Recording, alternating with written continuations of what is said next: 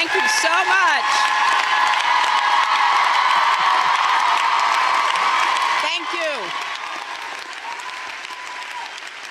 Thank you very much for that warm welcome. I am so grateful to be here back at Wellesley, especially for President Johnson's very first commencement, and to thank her, faculty, staff, and guests for understanding and perpetuating the importance of this college, what it stands for, what it has meant, and what it will do in the years ahead. And most importantly, it's wonderful to be here with another green class to say congratulations to the class of 2017.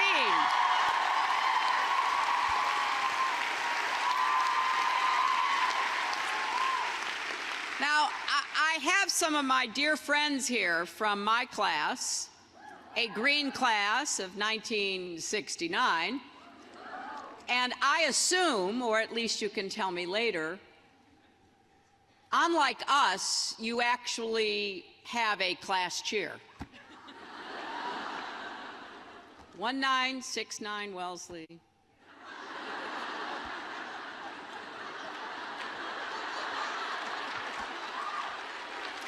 Yet another year with no class cheer. But it is such an honor to join with the college and all who have come to celebrate this day with you, and to recognize the amazing futures that await you. You know, 4 years ago, maybe a little more or less for some of you. So, man, I've got to get a lozenge.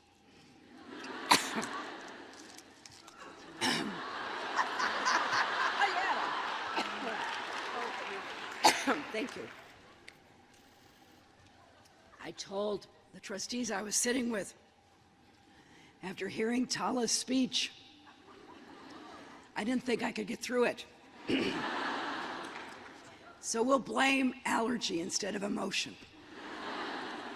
But you know, you arrived at this campus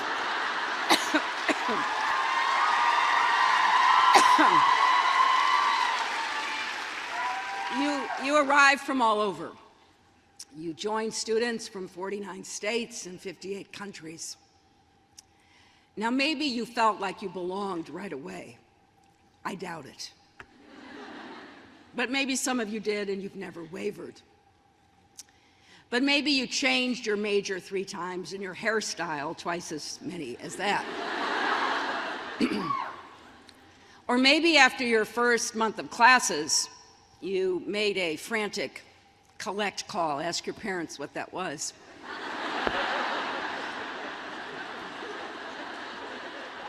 Back to Illinois to tell your mother and father you weren't smart enough to be here.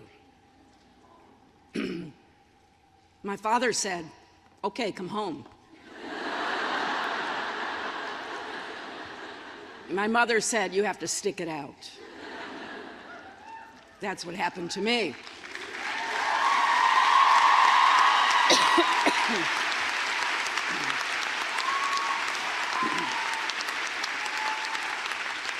But whatever your path, you dream big.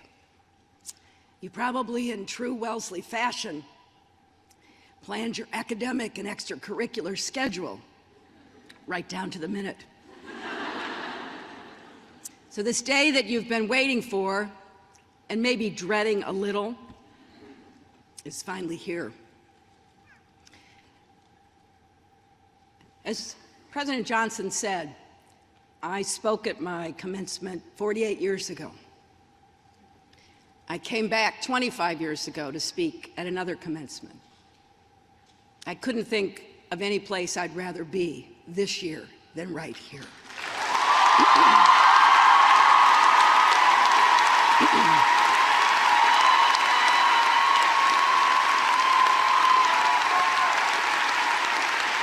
Now,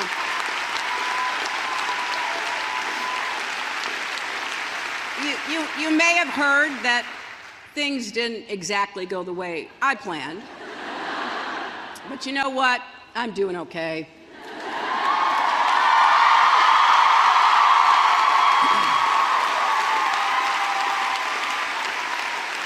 I've gotten to spend time with my family, especially my amazing grandchildren. I was going to give the entire commencement speech about them, but was talked out of it. Long walks in the woods,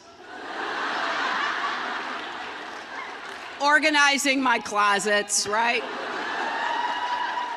I won't lie, Chardonnay helped a little too.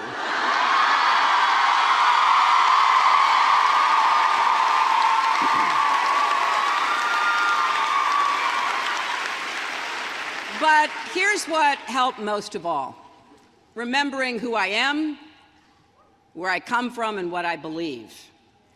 And that is what Wellesley means to me. This college gave me so much. It launched me on a life of service and provided friends that I still treasure. So wherever your life takes you, I hope that Wellesley serves as that kind of touchstone for you. Now, if any of you are nervous about what you'll be walking into when you leave the campus, I know that feeling. I do remember my commencement. I'd been asked by my classmates to speak. I stayed up all night with my friends, the third floor of Davis, writing and editing the speech. By the time we gathered in the academic quad, I was exhausted, my hair was a wreck. The mortarboard made it even worse. But I was pretty oblivious to all of that, because what my friends had asked me to do was to talk about our worries and about our ability and responsibility to do something about them. We didn't trust government, authority figures, or really anyone over 30. In large part thanks to years of heavy casualties and dishonest official statements about Vietnam, and deep differences over civil rights and poverty here at home. We were asking urgent questions about whether women, people of color, religious minorities, immigrants would ever be treated with dignity and respect. And by the way, we were furious about the past presidential election of a man whose presidency would eventually end in disgrace with his impeachment for obstruction of justice.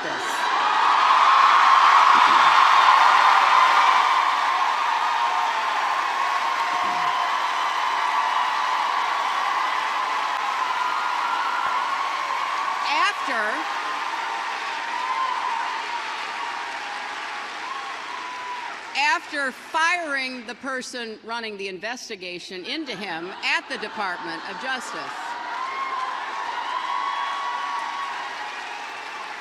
But here's what I want you to know. We got through that tumultuous time.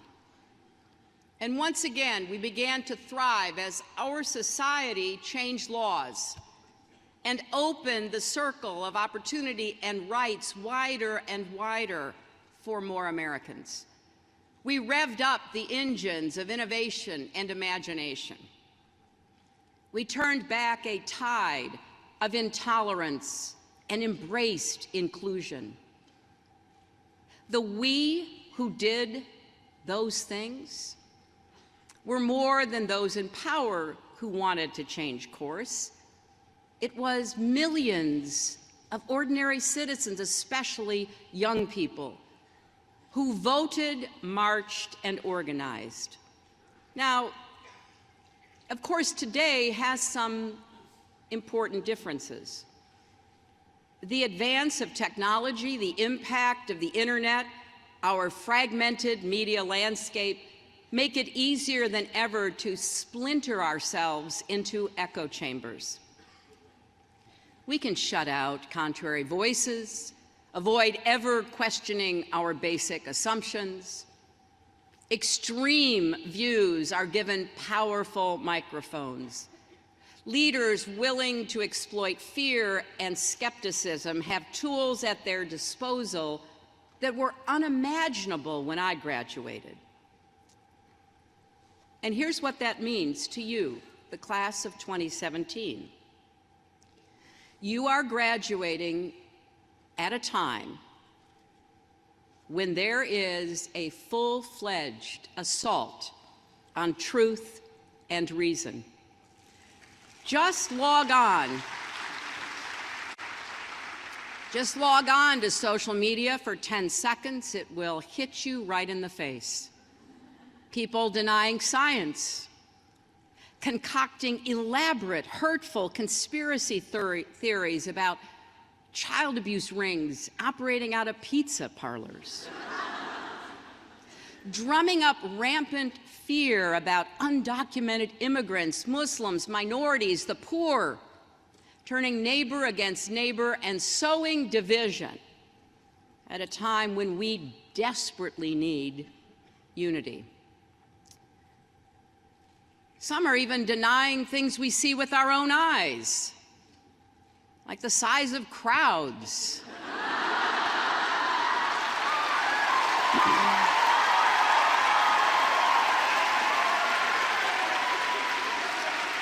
And then defending themselves by talking about, quote unquote, alternative facts. But this is serious business. Look at the budget that was just proposed in Washington. It is an attack of unimaginable cruelty on the most vulnerable among us, the youngest, the oldest, the poorest, and hardworking people who need a little help to gain or hang on to a decent middle-class life.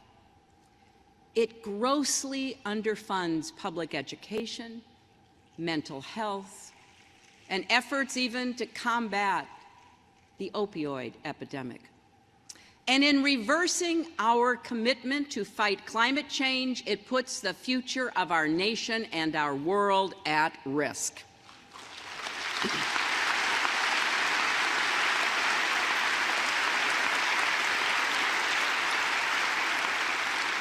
And to top it off, it is shrouded in a $1 trillion mathematical lie. Let's call it what it is. It's a con. They don't even try to hide it. Why does all this matter? It matters because if our leaders lie about the problems we face, we'll never solve them. It matters because it undermines confidence in government as a whole, which in turn breeds more cynicism and anger. But it also matters because our country, like this college, was founded on the principles of the Enlightenment. In particular, the belief that people, you and I, possess the capacity for reason and critical thinking, and that free and open debate is the lifeblood of a democracy.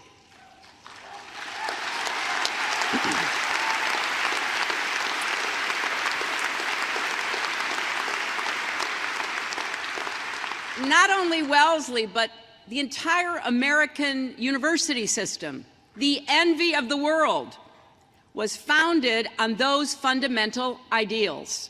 We should not abandon them. We should revere them. We should aspire to them every single day in everything we do. And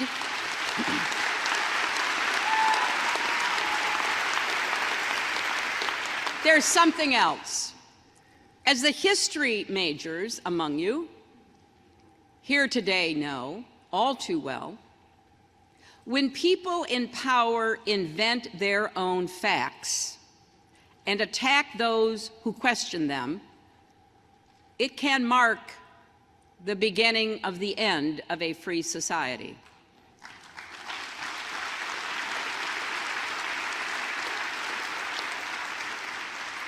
That is not hyperbole. It is what authoritarian regimes throughout history have done. They attempt to control reality, not just our laws and our rights and our budgets, but our thoughts and beliefs. Right now, some of you might wonder, well, why am I telling you all this? You don't own a cable news network. You don't control the Facebook algorithm. You aren't a member of Congress yet.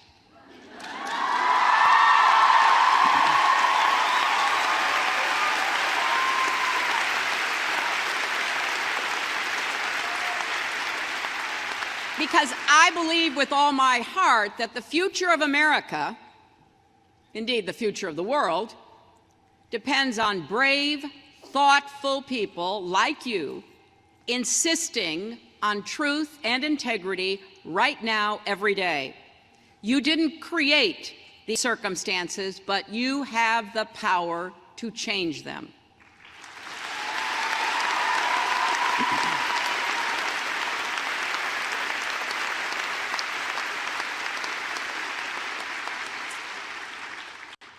Václav Havel, the dissident playwright, first president of the Czech Republic, wrote an essay called "The Power of the Powerless." And in it, he said, the moment someone breaks through in one place, when one person cries out, "The emperor is naked," when a single person breaks the rules of the game, thus exposing it as a game, everything suddenly appears in another light. What he's telling us is if you feel powerless, don't. Don't let anyone tell you your voice doesn't matter. In the years to come, there will be trolls galore, online and in person, eager to tell you that you don't have anything worthwhile to say or anything meaningful to contribute. They may even call you a nasty woman.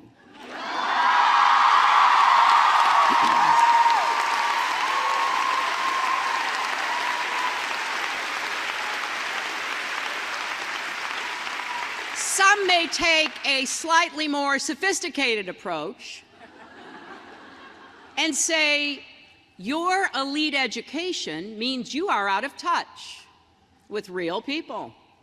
In other words, sit down and shut up. Now, in my experience, that's the last thing you should ever tell a Wellesley graduate.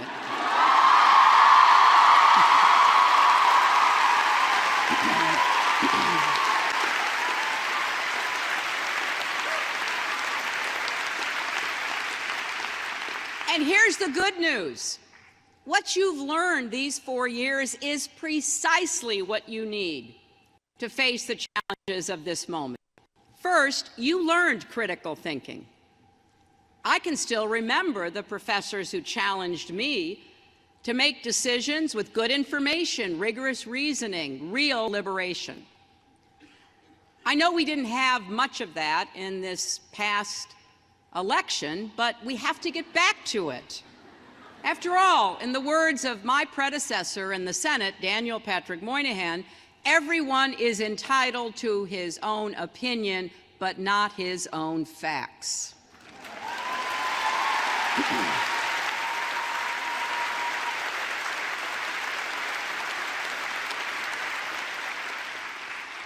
And your education gives you more than knowledge.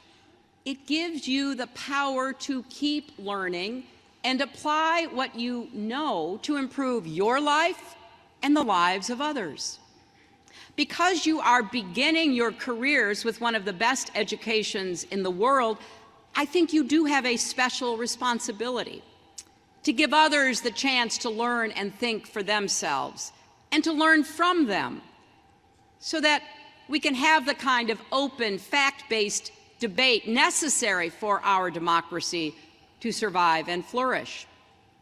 And along the way, you may be convinced to change your mind from time to time. You know what? That's okay. Take it from me, the former president of the Wellesley College Young Republicans.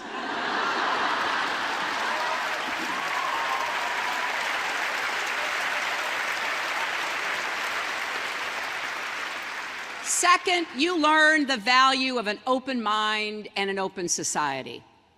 At their best, our colleges and universities are free market places of ideas, embracing a diversity of perspectives and backgrounds. That's our country at our best, too. An open, inclusive, diverse society is the opposite of, an antidote to, a closed society where there is only one right way to think, believe, and act. Here at Wellesley, you've worked hard to turn this ideal into a reality. You've spoken out against racism and sexism and xenophobia and discrimination of all kinds. And you've shared your own stories. And at times, that's taken courage. But the only way our society will ever become a place where everyone truly belongs is if all of us speak openly and honestly about who we are, what we're going through. So keep doing that. And let me add that your learning, listening, and serving should include people who don't agree with you politically. A lot of our fellow Americans have lost faith in the existing economic, social, political, and cultural conditions of our country. Many feel left behind, left out, looked down on. Their anger and alienation has proved a fertile ground for false promises and false information. Their economic problems and cultural anxiety must be addressed, or they will continue to sign up to be foot soldiers in the ongoing conflict between us and them. The opportunity is here. Millions of people will be hurt by the policies, including this budget, that is being considered. And many of those same people don't want dreamers deported or health care taken away. Many don't want to retreat on civil rights, women's rights, and LGBT rights. So if your outreach is rebuffed, keep trying. Do the right thing anyway. We're going to share this future. Better do so with open hearts and outstretched hands than closed minds and clenched fists. And third,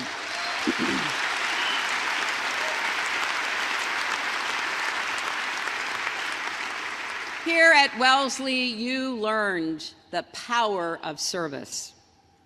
Because while free and fierce conversations in classrooms, dorm rooms, dining halls are vital, they only get us so far.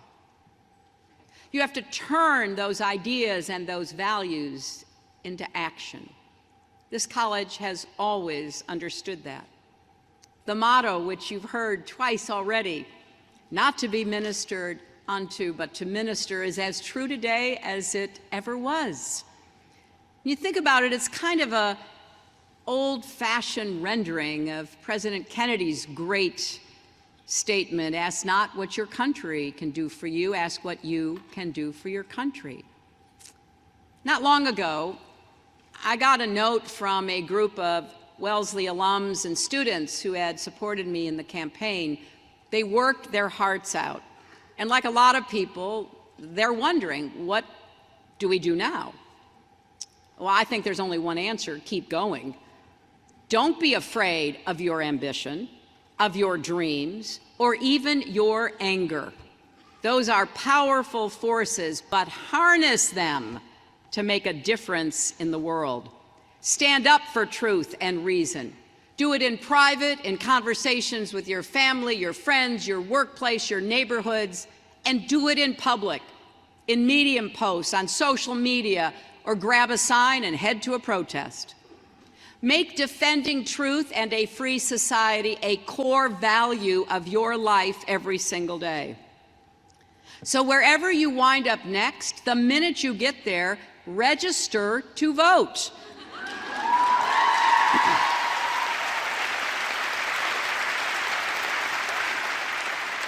And while you're at it, encourage others to do so. And then vote in every election, not just the presidential ones. Bring others to vote.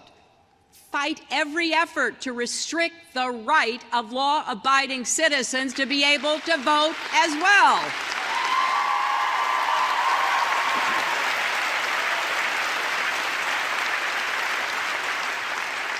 Get involved in a cause that matters to you. Pick one, start somewhere. You don't have to do everything, but don't sit on the sidelines. And you know what? Get to know your elected officials. If you disagree with them, ask questions. Challenge them. Better yet, run for office yourself someday. That's not for everybody, I know. And it's certainly not for the faint of heart. But it's worth it. As they say in one of my favorite movies, A League of Their Own, as they say in one of my favorite movies, A League of Their Own, it's supposed to be hard. The hard is what makes it great. As Tala said, the day after the election, I did want to speak particularly to women and girls everywhere, especially young women, because you are valuable and powerful and deserving of every chance and opportunity in the world. Not just your future, but our future depends on you believing that. We need your smarts, of course, but we also need your compassion, your curiosity, your stubbornness. And remember, you are even more powerful because you have so many people supporting you, cheering you on, standing with you through good times and bad. You know, our culture often celebrates people who appear to go it alone. But the truth is, that's not how life works. Anything worth doing takes a village. And you build that village by investing love and time into your relationships. And in those moments, for whatever reason, when it might feel bleak, think back to this place, where women have the freedom to take risks, make mistakes, even fail in front of each other. Channel the strength of your Wellesley classmates and experiences. I guarantee you, it'll help you stand up a little straighter, feel a little braver, knowing that the things you joked about and even took for granted can be your secret weapons for your future. One of the things that gave me the most hope and joy after the election, when I really needed it, was meeting so many young people who told me that my defeat had not defeated them.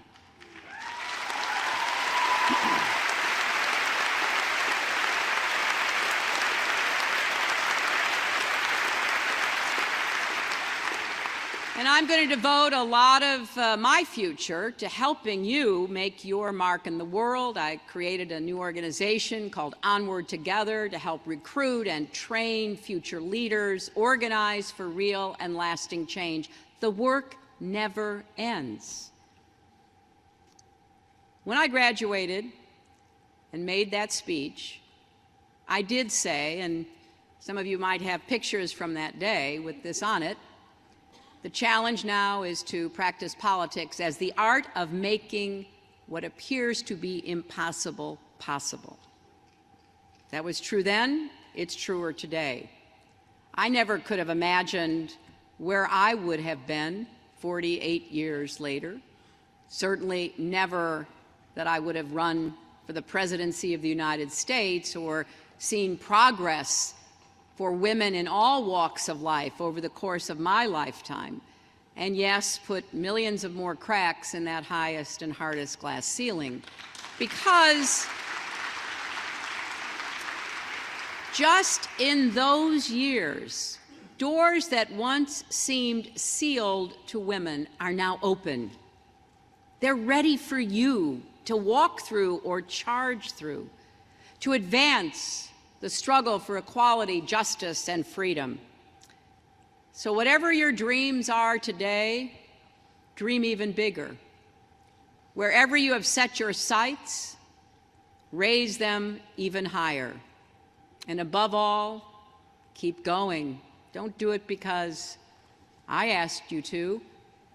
Do it for yourselves. Do it for truth and reason. Do it because the history of Wellesley and this country tells us it's often during the darkest times when you can do the most good. Double down on your passions. Be bold. Try, fail, try again, and lean on each other. Hold on to your values. Never give up on those dreams. I'm very optimistic about the future because I think after we've tried a lot of other things, we get back to the business of America. I believe in you with all my heart. I want you to believe in yourselves. So go forth, be great, but first, graduate. Congratulations!